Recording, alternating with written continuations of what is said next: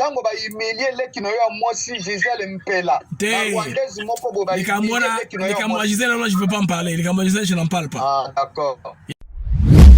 Bon yo musozo bete la Fatih Beto mapoko yo moko zali chômeur ozati lelo na ndako tata na maman ozola la mbeto moko na bana ba 5 ans bana ba 10 ans tata 40 ans 50 ans o kasoni te gouvernement na bino de warion wana o batie ba Rwandais ba tondi sebele wana Musakoli to malembe koza na bongo te muto mayo na vie eza bien te zaka na bon sens okolo bake na bo wari ro nyenso ba Rwandais pardon de kuna ngai boza ta de moko mi bale majorité ba moto ba Rwandais oye yoka c'est quoi les définitions de l'état de droit? Vous ne vous rendez pas compte que comment la population est en train de souffrir. Vous êtes en train d'applaudir Félix Tshisekedi du béton.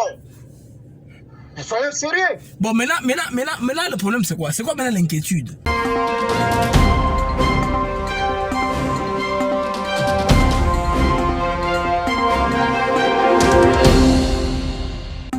Directement, ils ont désarmé la ville de Kinshasa.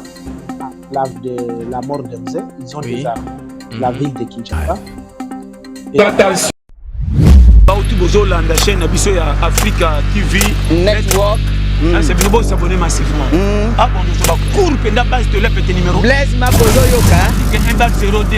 Je suis Franco Bongan avec Franco Record et je suis ici live avec Africa TV Network. Ciao. Hi you guys, you're watching Africa TV Network. S'abonner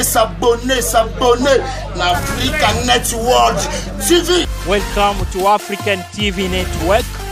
We are in Albany, New York, the capital of New York City. Bandeko oyo za Africa TV. Kobo s'abonner. Masolo evandi nde awa. Attends, masolo nyo c'est ça kaka awa. Donc abonnement nyoso. Ouais, Africa TV. Nathan. What's up guys? This is Africa TV Network. Ouais, ozali ndeko na bino jo mukamba. Bo s'abonner makasi na chaîne na bino ya YouTube. African TV Network, chez Mouké Image des Advances, Dieu Mukamba, African TV Network, pour s'abonner massivement, check, c'est pas pareil. Mujiunge ama mjiabone na channel yetu ya Africa TV Network. Tujiunge wakaka, tujiunge wadada. Ndena okepa les grands boss, 10 ans d'avance Mouké Image, ndena okepa na ye. I am Joseph Mukamba. And you guys are watching Africa TV Network. Hi, my name is Nadia Jones, and you're watching ATN. Hi, you guys, you're watching Africa TV Network. Make sure you stay tuned and keep watching. Ndena okepa les grands boss, 10 ans d'avance Mouké Image, ndena okepa. Hi, my name is Miriam Moore. I'm a poet here in Houston, Texas, and you are watching Africa TV Network. Bonjour, vous êtes sur Africa TV Network. Ya allez-y Ndeko. Bonjour compatriotes. Première question, pourquoi l'Empire Imatuti, ils ont installé leur État dans notre Congo? Pourquoi l'Empire Imatuti contrôle toutes les institutions du Congo? Vous pouvez me répondre? Bon, cela est conséquent, je pense bien. D'abord, aux accords de Mzee Laurent Kabila, les accords bidons dits de Nemera, ça c'est d'abord un. Des deux, quand nous sommes dans la Sun City, tellement les Congolais étaient assoiffés du pouvoir, les postes, ils ont mal négocié, ils ont dérangé la constitution. On a fait que les Rwandais puissent de manière massivement obtenir beaucoup de faveurs, entre autres la nationalité. Ils se sont imposés, on a perdu beaucoup de choses en Afrique du Sud. Comme c'est aussi la volonté de la communauté dite internationale de dominer notre pays, d'avoir aménagé la mission de la première et sa ville, pouvoir qui était après la mort de Mzee, qui était son soi-disant fils Joseph Kabila. C'est en quelque sorte source il y a Maramboana. Ok, vraiment merci. Très bien, vraiment répondu. On répond vraiment bien. Apparemment, vous êtes au travail. Ok. Mon cher ami, est-ce que vous avez déjà fait un coup d'œil dans cette constitution que les occupants, ils nous a fait écrire les constitutions d'occupation, de balkanisation.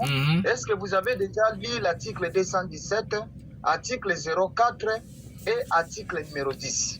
Non, je ne les maîtrise pas. Non, je vais être honnête avec vous. Je n'ai pas encore lu ces articles-là. À moins que je regarde directement ici sur Internet, mais je n'ai pas encore lu ça. Oui. Je vais chercher ça. Je vais donner à Kanda Kitasamba. Il va vous donner ça. Vous allez lire.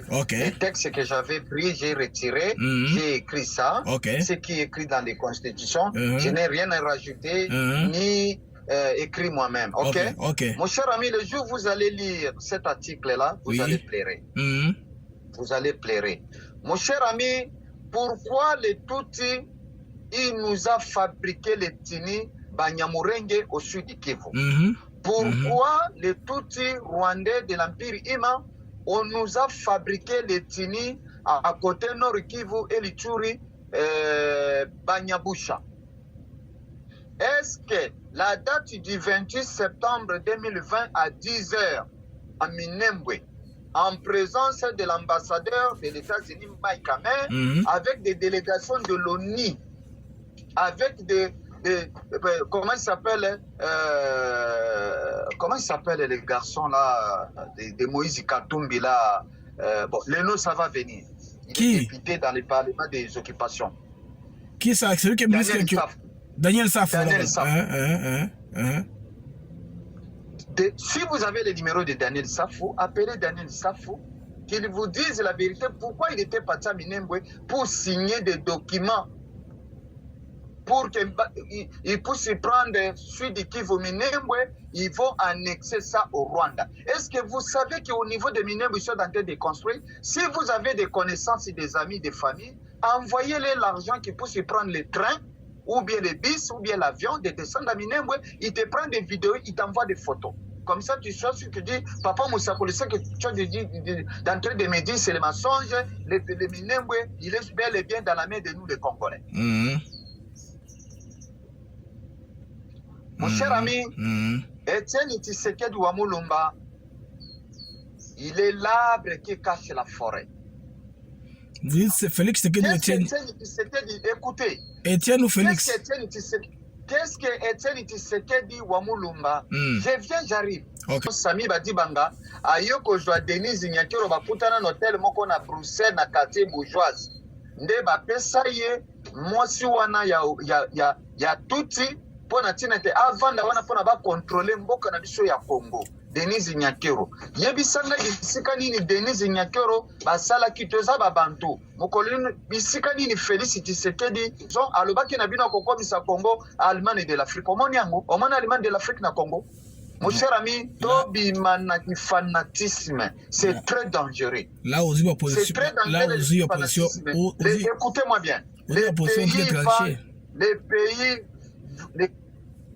nos moni, bayako ja Félix Tshisekedi a que signé l'accord, bakenaki na kengakati, bazalaki Mama Marthe, le maître nageur Jean-Marc Kabundi wa Kabundi, na Auguste Kabuya, na Peter Kazati, na Yemoko Félix bazaki na kengakati, tango ba signé ba Jui Espoir, ndo monaki Jean-Marc Kabundi wa Kabundi mataki na cheval, Robert Alebe moni dinge pouvoir esala kelenge.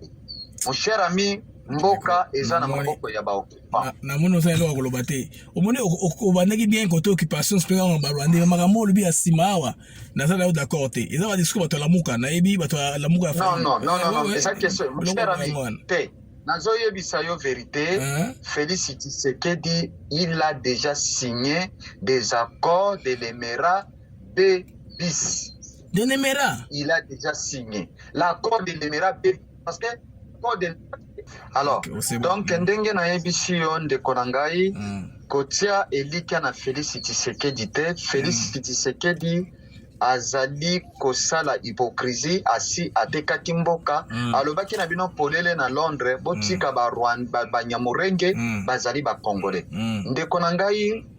Est-ce que banda yo tanga histoire na classe oyokaki batangela ki okomo na professeur ya géographie na histoire baloba na yoke ba etini na sud Kivu na nord Kivu bazali 6e etini na komo ya banyamurenge na banyambushi te bana bazala te banyamurenge basaba wana bazaba Rwandais wana eza bango yani kutu ya ko discuter mingi te bon bango bazaba Rwandais sont pas des Congolais là je suis d'accord avec toi les banyamurenge viennent et pas dans la Rwanda et pas dans Bisoté.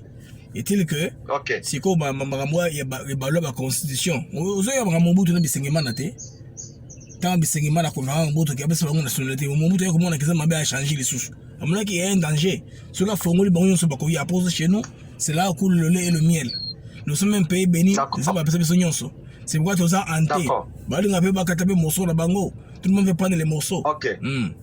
Bon, na lobi boy. Ndengo zali wana soki yo ozali kosala kope na moninga na yo omoni ke baningi bakanga ye yo kosi justice ozo chocolat na kopesa exemple moke pour te faire comprendre oza ko chocolat ba linge sale avec du makila ba bomi bandeko na yo yo ko bomba assassin na ndako na yo tango batu bayibo le binomi eloko moko ezate tout va bien batali ndako no mobimbe bilamba eza propre so sokola ki bilamba ya makila oyo po batu bamona te kiza na makila oza nani non wona na trahir na ndeko nanga na trahir ye d'accord sikoyo est-ce que yebi que Paul Kagame azali na ba document officiel originaux ba pesa Félix Tshisekedi ba document oyo babengaka photocopie bango baza na ba document ya balkanisation pour na Sud Kivu la République unie du Kivu omona drapeau te biloko na internet biloko na solo de na biloko na internet apamba non Théo Ngwabisi est bel et bien avec le drapeau de République unie du Kivu. Nakoye biso boy tango Théo Ngwabisi azalaki gouverneur provincial na Sud Kivu. Oui. Tango comment il s'appelle Mondelo nani Saidi. Saidi azaki gouverneur na Ituri. Aujourd'hui Zoé Kabila na Tanganyika. Aujourd'hui comment il s'appelle qui s'avita comment il s'appelle Oya Goma. Comment babonga il est comme ça. Il est non comme ça là oui. Voilà. Batu wana nyonso wana bazalaki ba occupant na kati ya gouvernement provincial na bango ezalaki ka ba Rwandais okotuna même batu bazana niveau Goma bakoyebiso ke ba Rwandais basala ba association na kati na administration politique ya mboka na Goma ba Rwandais na ba Rwandais. Siko yo yebisanga nana aza ko contrôler mboka no Congo na Nord Kivu na Sud Kivu ba Rwandais na ba Rwandais.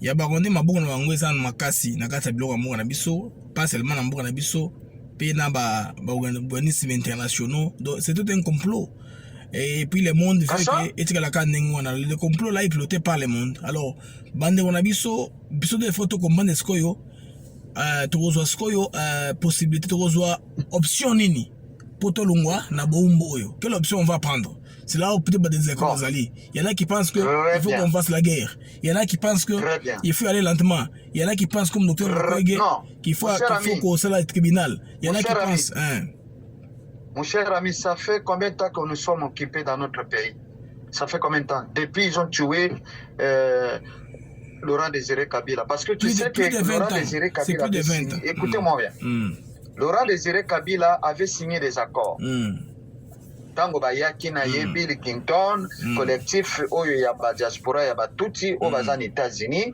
bakenaki omona Bill Clinton bakenaki omona Tony Blair bakenaki komona oh mon Dieu bakenaki komona bamindelo wana nyonso nde balobi na bango tokosala botoko na kotindela yo video oyo ka ambassadeur ya Rwanda oyo azalaki ya Biarimana okoyoka indenga za koloba ndenge batuti bayaki mpona babotola Kongo nga mutu na musakole mutana lobi yango te okomona na ye moke longi na ye ambassadeur na kotinda ngo kanda kita samba kata kina samba atipela yo olanda yango okolela olobi na nga musakoli na pesi yo merci ofungoli nga sikoyo ebandeli pourquoi ba Rwanda bayako botola biso mboka pourquoi guerre oyo basalaki na Rwanda batuti bayambi bango atake ba réfugié na Biarimana babaluki la Biarimana na minduki babengani ba utu balingi komona ta utu te azala médecin azala docteur azala professeur azala na songolo pakala bako bazolanda bango na ba pays étranger ba exterminer ba utu bakolo mabele babengani bango.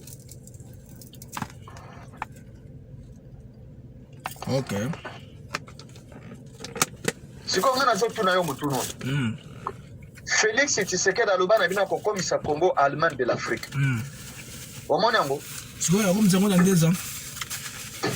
Non, nazo ko tuna yo mutuno le bien na tuni yo pays yo fani zelana yo fani na mboka mindele pays na attention pays na mboka mindele tala omoni président États-Unis ba pesa qui est 100 jours 100 jours pour démarrer économie na ye azana délai ya mandat na ye 5 ans oyo peuple souverain américain ba pesa qui 100 jours na ye oyebi makamoni na sali na 100 jours ouais a fait vacciner bateau ne la kaki à certain pourcentage ba réforme économique et vendant 100% te budget na bango pour les kana parlement il fallait ba la commission côté wana na ngobeto côté États-Unis au longa ngati je maîtrise bien les États-Unis alors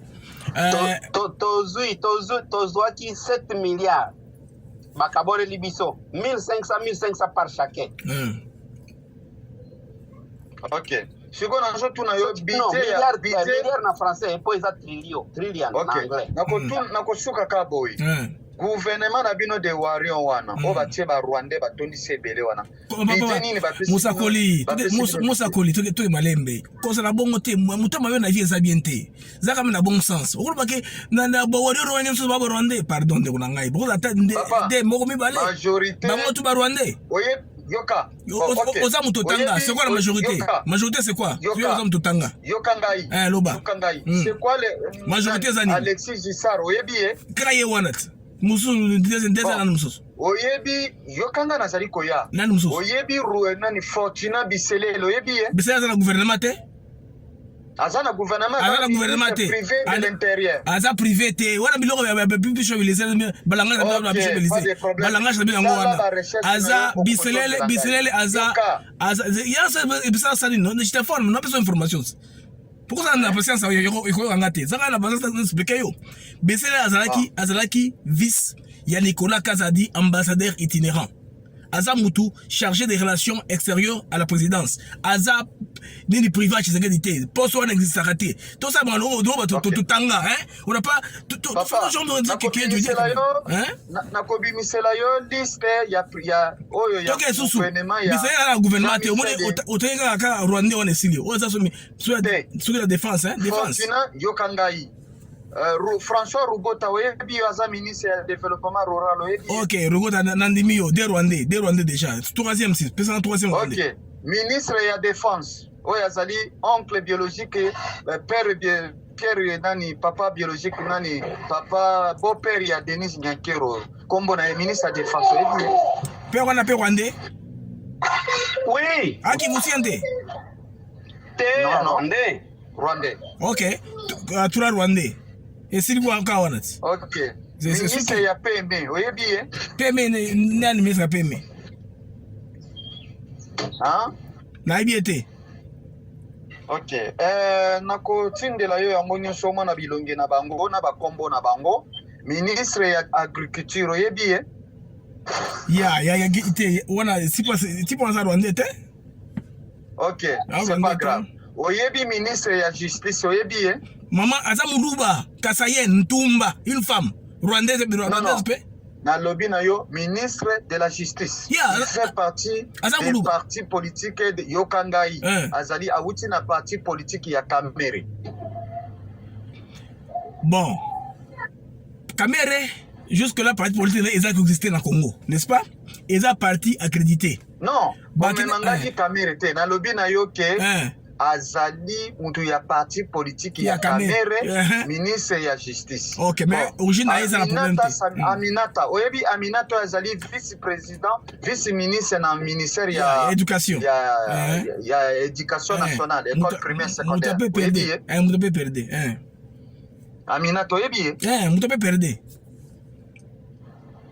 bosiko yo Jean-Michel Konde oyebi Sama Lukonde na yebi oyebi village ya papa na ye na mama na ye tika mkamwa ndeko mwana ni mwana Lukonde Kenge katange 100% baba na ye mama ba katange 100% OK mwana ya Lukonde Kenge tango ba Rwandais ba fabriquer bino Joseph Kabila ba bike azali fils ya Katanga Wana za lokuta. C'est un tout Rwanda.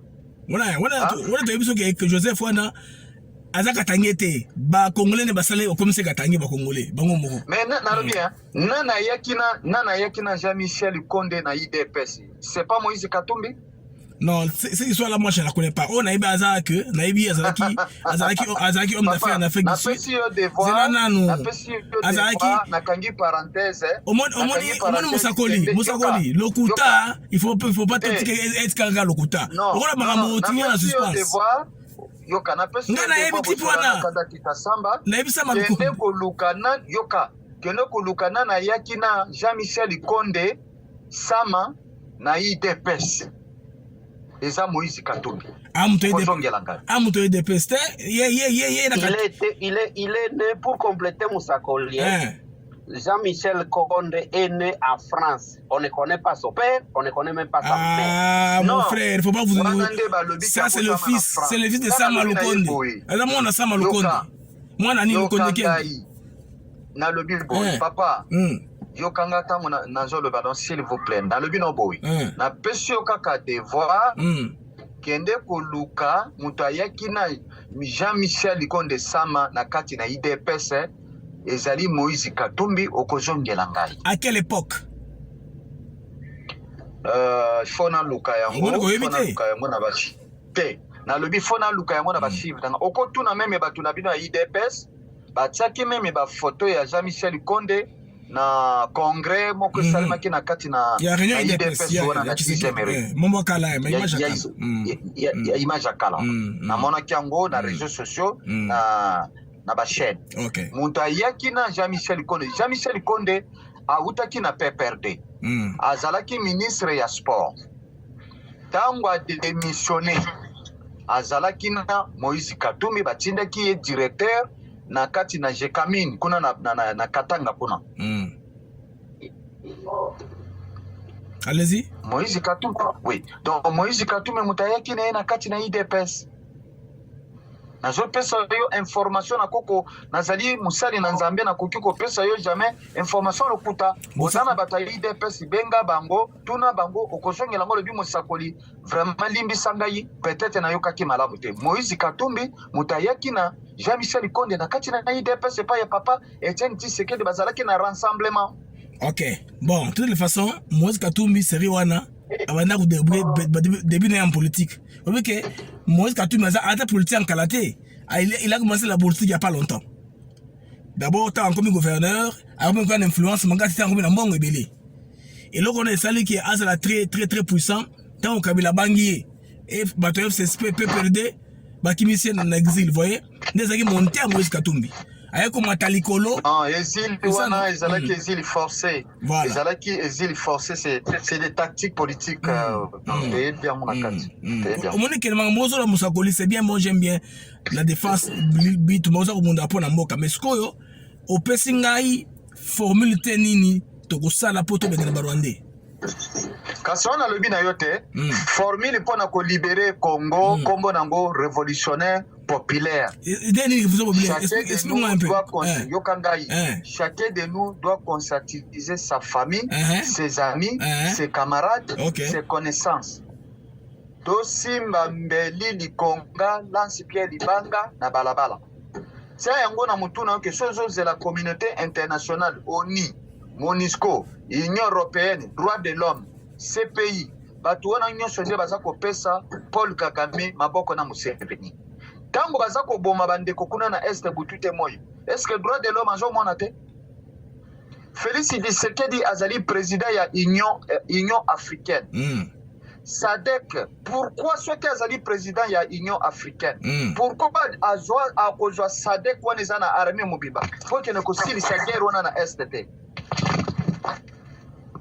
Bon, na mandat à l'Union africaine, ça ne veut pas dire que comme ça, comme président de l'Union africaine, ba pays nyonso, ba na droit de faire ba arme na bango pour qu'ils ne rebondent. Pour payer la pays, il faut décider où écoper ça. Ba chef d'État ba yo kanaka, ceux qui sont convaincus que leurs intérêts sont là, ils vont venir vous assister. Na mona tembo kamoko, na biso exemple moko, mon bout dans le Tchad. Ba il y a DSP, division spéciale présidentielle. Ba gene ko aider contre Kadhafi kuna entre pourtant qui na conflit il y a terre il y a bande d'Aouzo bande Mozaka des terres entre Tchad na Libye. Alors Ezaki Mobutu il la guerre où tu veux tout en tout il y a chez Tchad ce qu'on appelle butin de guerre dans sens one. Alors bah africain bah obligé de battre ma pinga na bango na épreuve quand de kufa pour la RDC parce que c'est déjà prisonniers africains. Ça fonctionne pas comme ça. natindeli bino tu biloko eleki lelo kaka lelo botanga yango tango toza na ligne biloko eleki ba telefone pe ya bien biloko eleki wapi ya commanda lelo. Est-ce que vraiment c'est que ezaka question bête peut-être pour vous, est-ce que basala kabitumba na bozo c'est enregistré? Mais oui, les guerres sont souvent documentées parce qu'il faut documenter pour mon progrès ou quoi. Ça doit être le message, ça doit être un caméraman, donc un journaliste, quoi. Pas un enregistrement avec téléphone. Pona yo Congo ezali occupé te. Congo ezali occupé te za ba def na ngomino. De bazoboma ba Congolais ezali ba Congolais bango na bango ba wilela ba kakao kuna na Zamba. Pona yo tout ça, nous ne sommes pas occupés. Non, le terme occupation, au vrai sens du terme, nous ne sommes pas occupés. Si nous sommes occupés, on veut voir les drapeaux rwandais monter partout, à Kinshasa, drapeaux rwandais partout. Tout ça, ils ont occupation, ils ont camouflage, ils ont occupation, moi j'ai refusé de définir ça comme occupation. Tout ça infiltré. Donc, Rwandais va côté le sur le niveau à l'écolo, hein. Bah, côté pas tout ce temps ici, bah, côté va trouver une entreprise, na mabiloko ebele. Au but que j'étais scandalisé une fois, dans les Kenya qui m'a ramoré boyé, que la délégation moussou est africain. Na mona boye ba Rwandais, que ba délégation Congo, da kamwaki. Voilà makamo il y a 6 ans, 6 ans passés. Que baba Congolais, ba lo Kinyarwanda, tout ce qu'ils ont de Congolais c'est le drapeau. Ngana mona makamo wana. Ils ont infiltration. Dans le Bible, si vous avez des camarades à niveau à New York, Bisika, Oni et Fandi. Ou bien yo moko futa ticket, et na kacha Oni. Nazaki kuna, Yokangai, s'il te plaît. Vas-y. Banani bazako représenter Congo na kati na Oni, na ba passeport ya Congo, tala bilongi na bango kanga photo. Tindela nakanda kitasamba atindela ngai. Ok, na osala ngona na pourquoi? Na yebi ke mungu ba rappelaki ba musu baza wanana. Ma muntu manzenza rappelaki moko, ministre ya kala ya gouvernement o ezaki ya ilunga kamba rappelaki l'un de ses représentants. De toutes les façons, na ko luka bilongi na otindela yo. Po na zana ndako te. OK. Bon, olingo ba keza ba Rwandais. Na lobi na yo teke na lobi na yo kende kuna kanga photo. Kutana na bango bafungolo ba passeport na bango ba kombo yo baza kweti banani baza ko utiliser ba passeport ya ba congolais na kati ya Oni bazo représenter ke balo baza ba congolais bazo tombola misapeli kolo tango ni azo sala ba session na yi bitindela nga na lobi na teke ba Rwandais mais na lobi na kaka kende kanga photo zongelanga c'est impossible mission on a au Congo te mission pesinga wana ce que je peux faire na wotala ba image ya président à New York non parce que il faut ça na bango pourquoi ça représenter ya nation tant président yé bon été il devait être avec le président sûrement tout le monde a bloqué na bango hein pour ça que président yé bakimi bon on va revenir des c'est na yote que délégation mon cher ami na le Félix il était parti avec 123 délégations ça où yo compté bon 123 personnes il y a 123 délégations 7 délégations bakotaki 112 bazalaki libanda bapekisa bamba kota na kati ya ça. Non, Moussa Koli, information on a non okosi, tu vois. Moi je peux te laisser mes discrets. Non, écoute-moi. Ne pas me dire banda kimia. Ngana tari kura, moi j'étais là. Naza journaliste accrédité. Ngai na kota comme on a en retard. Tu entends? Na kota comme on a en retard. Non, écoute, non. On a te permettre de constater. Moi j'étais à New York. J'étais aux Nations Unies. Mon nom est arrivé là en retard. On m'a dit non, on en retard parce qu'il y a beaucoup de ma sécurité, moi on compte à exaté. Na moni qui ça nous a quoi nous tolé mon qui ça nous a quoi nous. Il y a top Congo FM. Avec tout moni avec kuna. J'ai pas vu des Congolais on va trembler nous ça maintenant. J'ai pas vu tout ça. Cristiano ça quoi nous Rwandais. C'est pas un problème. Yo Rwandais, ça bon na éviter. Ngana vende muto na mona kuna. Alors, j'étais pas entré, na kato na katité, j'étais pas entré à l'intérieur et puis dans Songaki chez moi et là, c'est juste 2h30 de véhicule. J'étais parti, j'étais pas entré. à New York n'engena zappé na salwana na mon président sala discours mais j'ai envoyé mon nom en retard yango nazo clearance au quota moni alors bien on va voir 120 wana sont des histoires que tu imagines sont des histoires sont des salades dans le bien 100 délégation il y a 123 et ça le quota sont un peu des salades bien bon dans le sens de bien ça n'a pas de sens. Ah d'accord, moi j'étais là, ça n'existe pas, c'est ce que tu dis là. OK, pas de problème. Est-ce que oyebi que combattant na kombo ya Jules Azali parlementaire debout donc Félix Ayeki en Allemagne a Jules qui est passeport diplomatique en tant que mutasala na présidence ba yaki na yepo aboka aya ko buluka vi na en Allemagne to tinda ki ba photo partout na ba service nyonso ya administration na ba Europe partout ameki esimbite azongi Kinshasa bino denge to sala ki na yo kanson bino vraiment nazo yebisa yo vérité denge to sala ki na yo kanson et tala juri ndenge akondi mikolo yo bilamba nyonso za ko diembela ye lokola mupepe.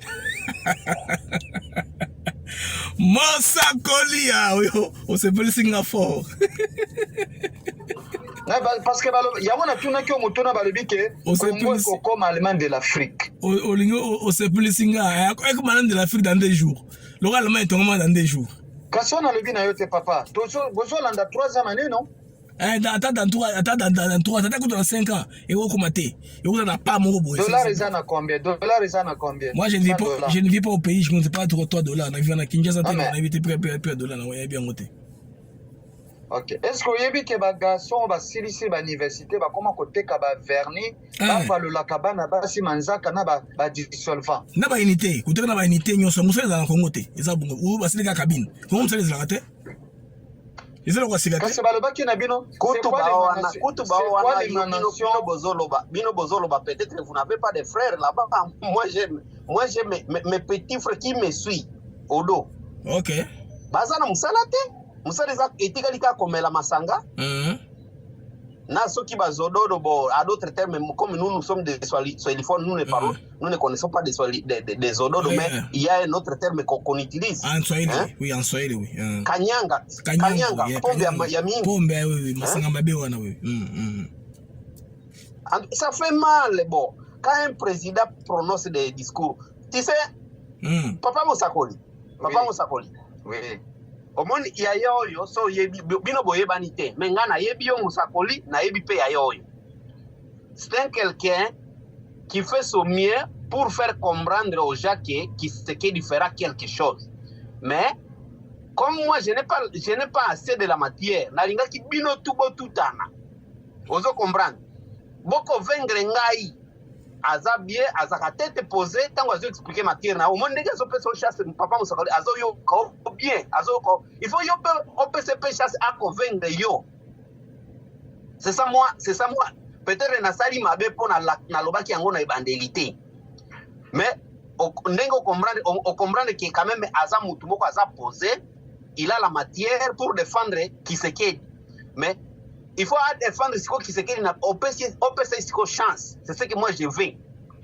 Oyokaye ngai loko na comme exemple. Tango yo lobby que nani président Félix à la kaki qui a pour ça l'Allemagne d'Afrique. Donc le Congo comme Allemagne d'Afrique. Bon, moi maintenant d'où vient ma question. Quand le président prononce un mot, ça ne doit pas être un mot de la blague. OK. Moi de ma part, c'est ça ma part. Que Azala, combien de promesses il nous a promis? Beni nini aligaka alobaka beni ekosalami quartier général tilelo alobaka Goma te alobaka beni tilelo azonga asala des semaines na nani na Goma azako la kutu Goma te azako la Rwanda. Si vous n'avez pas des informations, puisque nous sommes déjà du terrain, leki nanga ya landinga asala kananani. Bon, ce n'est pas bon d'ailleurs qu'on s'en va détailler. Bon, wana na argumenter parce que bidonde boyebi uzakuna boyebi wana na kudisenda bidote. Je ne veux pas la réfuter point wana qui faisait là na Rwanda, c'est faisable. Oui. Alors comme batu balanda kayo na chaîne na yo pa ndeko nanga. zala na moi courage ya conscientiser batu bayeba ce qui se passe chez nous surtout. Ce qui m'a uni, ce qui m'a poussé pour surtout de t'appeler. Pour j'essaie okozala na journaliste to mais okoyeba eloko nyonso te. Ya wa, je peux te dire. Na révéler yo eloko wana ya kasuku wana, eloko ya kasuku. Phénomène kasuku na beni. Kasuku comme perroquet. Kasuku eza mouvement donc eza ba opération. Kasuku. Phénomène eza opération. OK. O lelo to sala boy. Bazozwa libanga ya monene batuti yango na porte na yo. Ndenge olobaki okobenga nga nazelaki pona na yebisa penza batu peut-être message peut-être président pe akoyoka yo atindi ba militaire mosusu eza la moi bien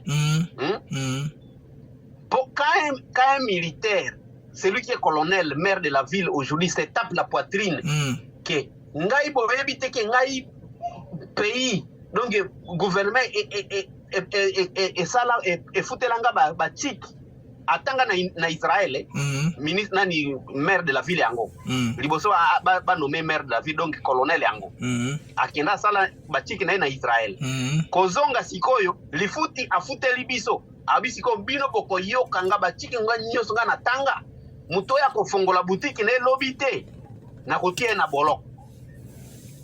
Tu sais il a enfermé combien de jeunes? Par rapport à Elikambo ya nini ya ville morte, n'est-ce pas? Oui. OK. Po bango bakangi ba porte na bango, siko akenda kakuna chaque tongo ko récupérer ba jeunes ya batu. Balobi ba 120 jeunes na prison sans mandat d'arrêt, sans évitation, sans quoi bakangi kaka ozo bima na porte na bino ozo kenda peut-être na elanga ale ba récupérer yo. OK. Quelle a été la raison encore? Quelle a été la raison? Mais la situation d'Isambiro maintenant c'est quoi? Parce que, une minute. Vous savez que quand il y a état de siège, la liberté, hein, on vous déprive de la liberté. C'est pourquoi beaucoup de gens qui vous n'aiment pas l'état de siège. Est là. Parce que ceux qui sont ils ont un régime d'exception. Baro Kangaro sans poser na kachonde sans état de siège yangoana. Ça ressemble à c'est administration militaire Zarabongo. De Bango, ba marche ezate, ba civil ezate, bilo on est até. C'est peut-être pour ça. OK. Je comprends. C'est peut-être mais ndeni ba militaire ba yebi et pas ya pasteur ba ke ba violer bana na emisa tulibo so ya pasteur. Nani a violé bana pasteur nani? Ba soldat ba militaire ba FARDC. Ba policier na ba FARDC. Ça s'est passé quand? Tango ba zo sala patrouille donc fait couvre-feu na bango. Ba jeune ba se révolter ba yoki ba luite ba ser wana kutu tango zo moko azaki kutu na fiancé na kati ya bana basi wana. Ozo comprendre. Ba se révolter ba mi luki ba sali ba lobite bino ba soda ya mbalo yo bokokota na nani na biso te. Ba beti masasi na tindela yo image lelo garçon wana moko na bango. Un garçon qui n'a même pas atteint 20 ans d'âge. Bakati est déjà le pôle. C'était avant-hier, non? Il y a 2 jours passés, non? Exactement. Hein? Bon, il faut y aboyer. Bino bolinga ka bino ba ebozala ba machine ya ko larguer message qui est dans le monde mobimba. Au lieu de ba biloko aboyer, on lobi ki ekosala base na côté ya président. Comment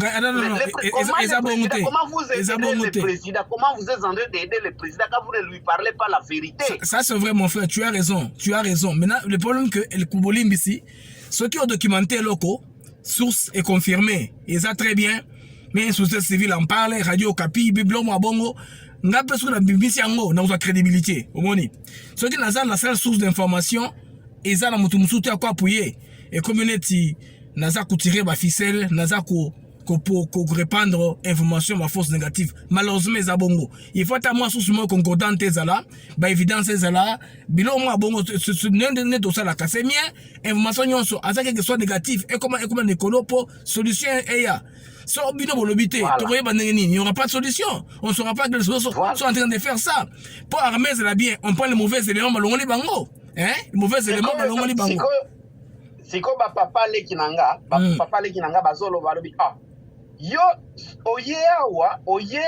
oyebi makambo ya STT yo ba nome yo ba uti ko nome yo ka kalate boutique nanga eza ya ngai songa na kangi yango pa bazo boma bandeko nanga yo o imposer nga ke ba afongola bafongola bona za bien te eza droit nanga ya kokanga boutique oza na droit te ke na fongola po ville morte nde loka ya kitoko po na nanga na ndako na bona ko bima okomboze nga te na bima te mabe eza nde marche soki bosali marche wana bakangi bino mais ville morte bakokanga bino te marche ne basala répression soki ozi tomoni ka ya Fayulu par exemple Fayulu oza ya problème po akende kotambola soki avandaka na ndako ali ville morte bakilo to bavandi alingi réussir alingaki aparalyse Tshisekedi alobi ke ville morte lobi mutu ata moko abima te po anini mpona dictature affaire aseni politiser tolingi yango te lobi ville morte comme yango basali lisusu le 29 balobi bakokanga biloko batu tuna na Kinshasa bakanga babutiki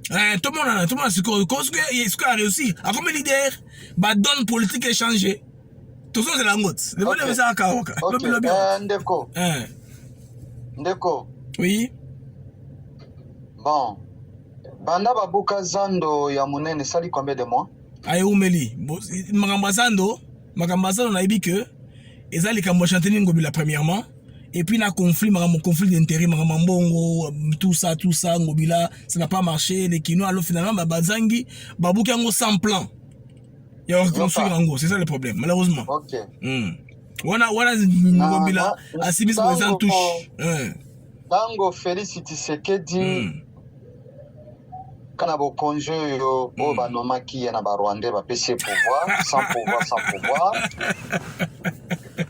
ye moko alobi yango alataki chapeau ya pembe na motu na ye alobi ke tango azalaki koya na zando à l'époque na mama na tata na ekoshoma bilo bagare zando ezalaki kitoko mais condition oyo zando eza lelo soki alobi agare voiture ya wana ngele akusanza esengelaki bakanga ya babongisa wala yo alobaki yango siko banda babongisa yango banda babuka yango babeton ya mineno babelge batika evandi zande kwei na se elanda batu boni oyo baza kolelela na zando wana nga na yo mingi baye na poto awa baye na nzela ya zando wana mingi babimi mpe Kongo likolo ya zando wana elesa bato ebokola bato etangisa bato bazwa babima baintellectuel ka na zando wana banda babuka yango ezokende combien de mois nakopesa yo dernière information kokamwa te kozala mpe surpris te soki oyoki hôpital général ya mama Yembo babuki yango na mikolo oyo ozali déjà informé nasi nayoki yango déjà Félix Tshisekedi na ngobila baza kobuka mama Yembo na mikolo oyo okozongela yango lobi kanda kitasamba mutu wana azali mosakoli ya solo donc bazo prévoir babuka sanda l'information est essentielle, vous êtes informé. OK. Mais les Kamwazan de faut savoir que dernièrement Mike Mukeba est député provincial au Yakatumbi na y ensemble na Vidje Chimanga conseiller stratégique à président na quelques batu ya province basaki moi tour kuna basaki tour ba kotala pourquoi est-ce que zo umela on se rend compte finalement que Jacqueline Ngobila fait les choses sans on a plan pesa bien te yango ba koluka moyen nini ba kozongisa zango wana et puis ndoko azando mikolo ezo sala te côté on a moins bien embouteillage sili pour ba tout bakina kitaka zando maintenant on comme vide mais embouteillage mon cher ami embouteillage diminué côté ça toujours na kina non nous avons parlé sur sphère wana nous parlé sur sphère yo sur carré ya zando wana hein carré ya zando wana ndela oloba que non à partir du moment où babuka ki yango bato bakena kuna sauter et fungule même makambo il y a plus d'embouteillage masse ya bato yo tampo ki ne wenze po bato yango bakotela wenze mususu alors si le gouvernement de manière responsable batongi eloko bien eloko étage je pense bien que sa solution ce qui ils seront à mesure pour tout la rater ngana ko mettre maboko te selon tout le monde noté hein intention zanini faire aussi c'est aussi base de la cause de la mesure ya kosala ngo kezando yango wana bongo sikoyo batongi na nzando wana te baya kobuka lisusu hôpital mama Yembo na mikolo baba déjà ko bimisa ba malade na kati na ba chambre est-ce que yebi nga na information na ça ngo te na vérifier je suis bien informé il y a pas de problème je suis bien informé il y a pas de problème na vérifier tout le monde sur ça solo sur ça le quota on saura ça on verra si c'est vrai ou si c'est faux on aura l'information de toute façon on même appeler les gens qui Kinshasa, les gens qui sont informés réellement dans Marmonionso. C'est un peu ça. Bon, c'est quoi le gouvernement de Wari, on a le budget, n'a pas combien? Bon, le budget, basé projeté, le budget à l'année prochaine est doublé. Parce que le budget est 5 milliards d'euros de budget. Non, nous avons besoin de doubler. Dans la minute, on a le gouvernement. Budget n'a pas combien? Ok, maintenant expliquer ce qu'est un budget. On a dit, on commence à terme budget. C'est quoi le budget? Budget, c'est la prévision. Non, on a expliqué. Budget, c'est la prévision. Par rapport à la régie financière, tu as mobilisé un bon autant. Si tout ça qui est dépense, la mission, elle est quand même mobilisé. Ça, le budget. Non. Ça, on appelle le budget. Budget, ça, n'est pas. Dans le budget, hein? Dans le budget. Tant que vous allez commerçant. Na maboko na yo capital no le bina kotia capital na ngai na pesa exemple $10,000 bon yo ke no kosala commerce ka boza na capital telo monte o ke no sa commerce ka ndingwana ndeko na ngai question na il faut peut-être que qu'est-ce que l'état dans boni budget question posée wana ça n'a rien à voir avec le budget. En économie, le budget c'est fini pas de un exemple. On peut citer terme ça ya ngote musakoli. Terme ya ngote olobi. Jean-Michel Konde azako bimisa gouvernement zalaka na budget moko te ka ndenge wana budget elo moko ezate mbongo nino ya tie na table na yena gouvernement wana pona ko pesa peuple congolais économie. C'est pas ça la bonne ça ne se fait pas comme ça. En économie, ah bon? C'est pas comme ça. Tout pays au monde des abongo renseigne-toi. Je suis pas d'accord. Ba renseigne-toi na ngite o lo en public bo se kayo. Zanga na peso matière. Na peso matière no ngai. Papa, je connais l'économie, j'ai fait la comptabilité. Je suis intellectuel comme vous. Je suis bien informé. Quand on est à la politique, tu ne peux pas rester dans le même côté. Je suis pédagogue, je reste sous les pédagogues. Un politicien, il est unité de commande décentralisée. Okay, il faut avoir toutes les informations. Je te comprends, mon frère. Ok, j'entends. Merci beaucoup. Maintenant, mon frère, selon la définition, on a yebi. Si on a fait l'erreur, corrigez ngai. Budget est bon, on a 10 milliards de travail dans les abonnetés. Capacité d'abino ya ko mobiliser ba fonds de régie financière net tout royo ba projeter ba c'est on a 10 milliards parce que ba déjà réserve de change mati ils ont 3.3 millions pour la première fois que la RDC existe parce que sous Kabila ba ministre wa kala obi ke ba ngonyo so wana ba fait ba ngozana poto bango atu batu bana lelo za Canada aza canadien la plupart d'entre eux. Je pose la question. Alors quel est le budget du gouvernement de Warion pour le peuple congolais? Alors le budget tout simplement. OK, je te réponds. Merci mon frère, je te réponds. Le gouvernement, la prévision budgétaire, la prévision budgétaire, il y a pour l'exercice, il y a 2020, 2022, je vais dire, et qu'on a là 10 milliards. Il y a une question de réponse, bon, tu as combien d'habitants dans Katia Congo? Tu dois estimer environ 100 millions. Non, réponds-moi. Nous sommes combien de peuples dans Katia Congo? Recensement et salamaté, c'est souvent zéro répondre. Non, mon cher ami, s'il te plaît. S'il te plaît. Tous environ 100 millions. Nous sommes combien de populations au Congo? Bon, tout à 80 millions. Bon, au yebi 10 milliards wana zoloba wana. Obisika mboko yo vani les États-Unis. Na kotangelo meme kombo ya ba hôpital yo za na ngwe États-Unis. Wana ezali ba budget ya ba hôpital. Soyons sérieux. Nous sommes plus de 100 millions d'habitants. C'est-à-dire un peuple congolais par jour va vivre avec 0,33 centimes de dollars. Comment c'est monté avec ce peuple-là? Mendeko, il faut comprendre l'économie de manière globale. Les pays fonctionner, l'économie est au temps, et même, combattant IDPS, émanation des combattants de lutte de la liberté pour une démocratie. Bazati lelo na sena nzete baza ba chômeur ba koma ko senga ba mbongo na boulevard du 30 juin wana boulevard Lumumba ko senga batu ba mbongo.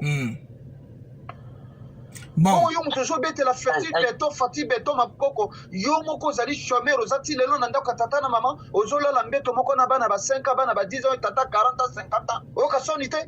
Alors, na comprendre frustration na yo quand na yo za justifier. Il faut via ba congolais en malamu. Budget, ça l'a bien, c'est ce que vous appelez budget. C'est quoi le rôle, mon cher ami? C'est quoi le rôle d'un état de droit? Vous pouvez me répondre. Donnez-moi la définition. C'est quoi le rôle d'un état de droit? Bon, parce que c'est vous l'UDPS qui a dit que vous allez instaurer l'état de droit en République démocratique. Est-ce que vous avez vu l'état de droit? Je ne suis pas UDPS. Est-ce que l'état de droit là, vous avez vu ça? C'est quoi les définitions de l'état de droit? Vous ne vous rendez pas compte que comment la population est en train de souffrir? Vous êtes en train d'applaudir Félix Tshisekedi du béton. Mais soyez sérieux. Bon, maintenant, le problème c'est quoi? C'est quoi maintenant l'inquiétude? Le fait qu'on dise que béton, donc ils ont manqué de droit? Non, comprendre finalement tout. Non, moi je vous pose la question. C'est quoi l'émanation d'un combattant de lutte pour la démocratie et le progrès social? C'est vous qui avez chanté ça, non? Votre hymne, non? Si je te comprends mieux. Mais réponds-moi, c'est quoi l'état de droit? C'est quoi la définition de l'état de droit? Quel est son rôle dans un pays démocratique pour le peuple? Le vrai pouvoir dans la démocratie, c'est le social du peuple. Laissez-moi répondre, non? Laissez-moi répondre quand même, non? Réponds, je vous écoute. Ok, l'état de droit, les états oyo, bah droit est fondamental, l'état bateau, ils ont garanti. C'est-à-dire que bah droit nanga ils ont les étés, il n'y a pas violé l'état, azako compéter sur bah droit nanga te ngape bah devoir nanga envers mboka nangai nazako la nango malamu. C'est ce qu'on appelle un état de droit. Maintenant, ah bon, c'est quoi est-ce que l'état de droit wana machine nango monango na gouvernement na kata pouvoir oyo sans pouvoir monango. Ah ok, oui pouvoir sans pouvoir, je ne comprends pas. Écoutez, le pouvoir sans pouvoir, c'est quoi? Faites-moi comprendre. Joseph, écoutez. Le pouvoir sans pouvoir. Kabila a commis ba combattant ya IDPS na 16 na bango na 10e Amérique. Ba tumba bango moto. Lelo Joseph Kabila est devenu le père de la démocratie, père de l'alternance. Paul Kagame a bomi bandeko na biso kuna na sud Kivu, butu témoin plus de 12 millions de morts. Bojuye tapis rouge botandeli na stade de Mati. Mais soyons sérieux. IDP sont au Bundeli combat pendant 37 ans. Résultat, réponse pour répondre dans le peuple d'abord en Goyangoy. Ça c'est le peuple d'abord. Namoni yo se mélanger bloc belé. Tu mélanges beaucoup de choses. Non, on a mélangé. On a mélangé. Parce que oyebi hein.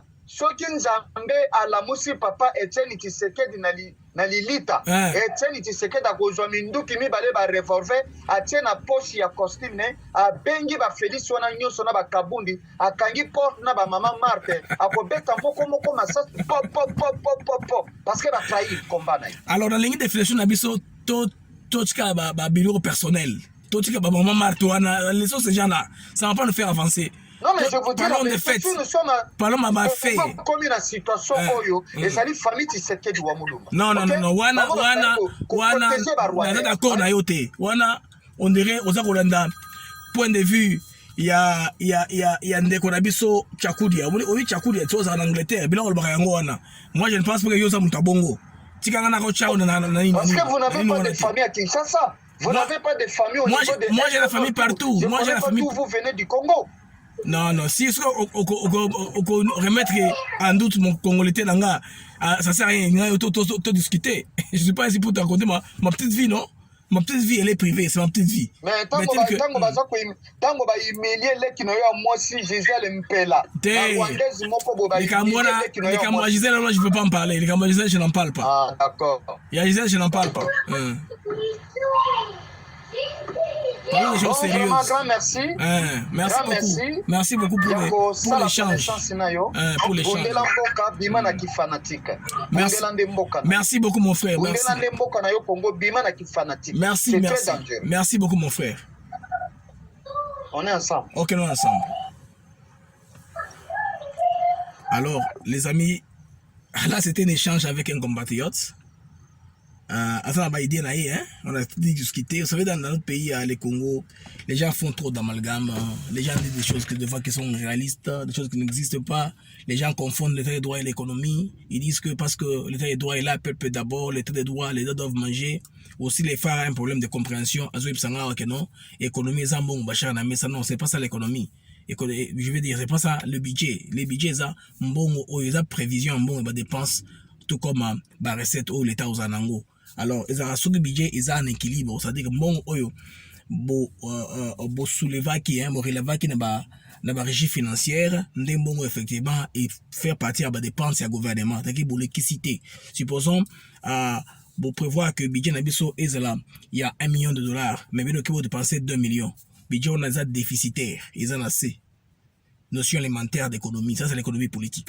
Alors, quand les budgets ils en équilibre, c'est quand 1 million au dépensaki comme État et 1 million au kodisaki.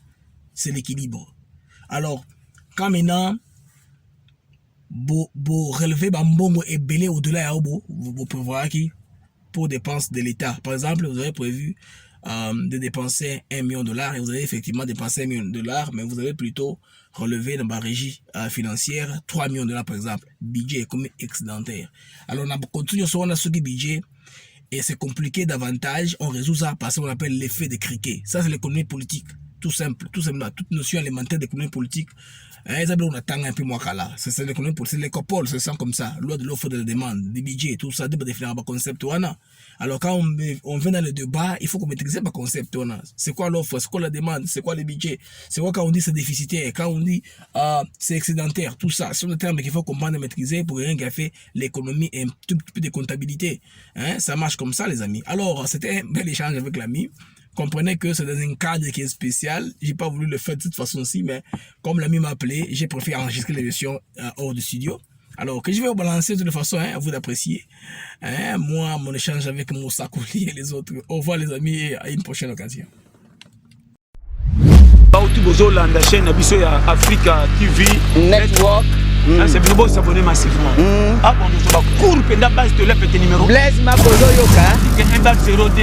Je suis Franco Bongan avec Franco Record et je suis ici live avec Africa TV Network. Ciao. Hi you guys, you're watching Africa TV Network. S'abonner, l'Africa Network TV. Welcome to African TV Network.